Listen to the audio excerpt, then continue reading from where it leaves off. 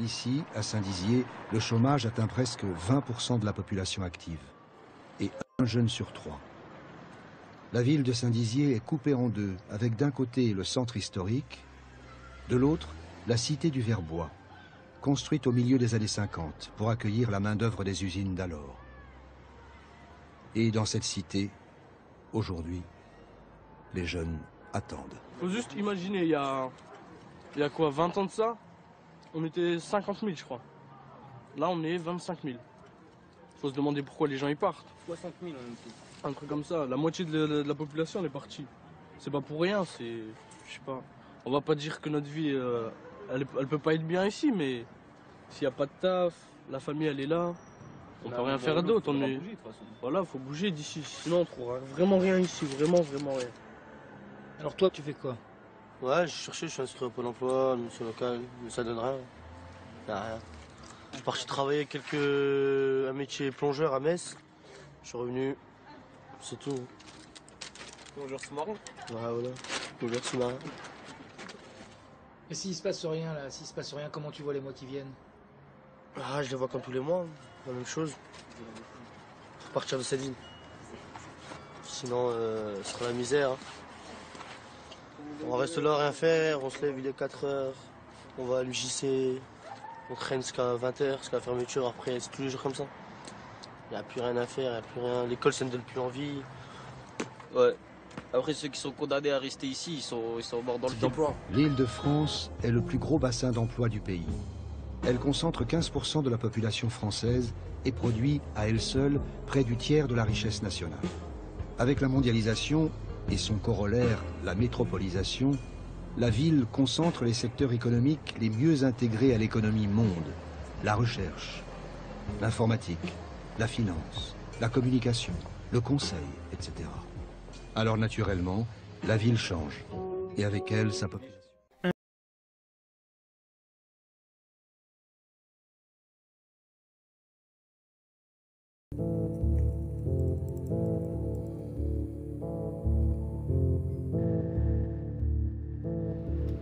Bonjour à tous et bienvenue dans cette émission. Nous vous emmenons aujourd'hui à Calais où des milliers de migrants affluent pour tenter de passer en Angleterre. Calais et sa région sont devenus dernièrement l'épicentre des tensions liées à la crise migratoire. Nous sommes ici dans ce que tout le monde appelle la jungle. Ce camp a pris dernièrement des proportions gigantesques. Nous avons rencontré l'un de ces migrants. Il s'appelle Faisal. Depuis quand êtes-vous dans la jungle de Calais?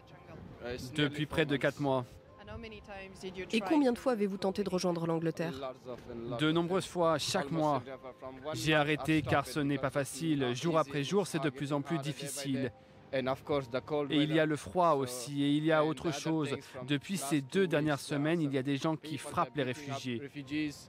Ils te prennent ton téléphone, ils te prennent ton argent et ils te battent à mort. Donc je vais rester là encore un petit moment et voir comment les choses évoluent. Près de Dunkerque, au bord de ce lac, quelques tentes. C'est le camp de Tettegem. Près de 300 migrants vivent ici, mais c'est surtout l'un des fiefs des passeurs. Le maire vient tous les jours et il le sait, sur le camp, ce sont eux qui font la loi. Oui, celui de droite, là, avec le sac à dos, c'est un passeur. Il est là depuis pratiquement 1 an et demi. Hello, how are you? Ça va? Très bien, ouais. Bonjour, bonjour. French journalist. Selon le maire, ils sont les petites mains de réseaux mafieux qui facturent le passage en Grande-Bretagne jusqu'à 5 000 € et tout serait bon pour racketter les migrants. Vous avez un point d'eau ici, d'eau courante, qui permet aux gens de pouvoir trouver, je dirais, les commodités premières. Des migrants sont venus nous remercier et nous ont dit merci beaucoup, vraiment on vit beaucoup mieux, mais sachez que depuis que vous avez installé ça, on doit payer maintenant pour rester sur le camp. Loyer, selon le maire, 5 à 10 € par personne et par nuit. Fou, hein? Mais sur le camp, ces migrants, pour la plupart syriens ou irakiens, nient tout en bloc. Non. On ne paie rien. Quelques mots et un regard suffisent pour que ces migrants arrêtent de nous parler.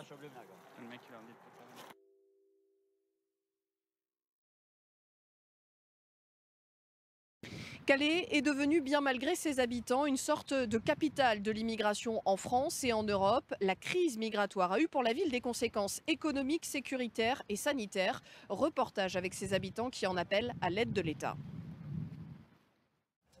À quelques mètres de la jungle, des maisons en dur, mais des habitants exaspérés par cette proximité avec les migrants. Pêle-mêle, ils évoquent des problèmes d'insalubrité, d'insécurité et le sentiment d'être abandonnés par l'État. Maintenant, il y a des poubelles jusqu'à Décathlon. On va attraper quoi là? Des rats, des souris, des bêtes. Encore, on est l'hiver, mais l'été, ça va être quoi? Ça casse complètement le quartier parce que les maisons sont invendables. Plus loin, dans le centre-ville, les migrants se font plus rares, mais les restaurants et les bars sont déserts.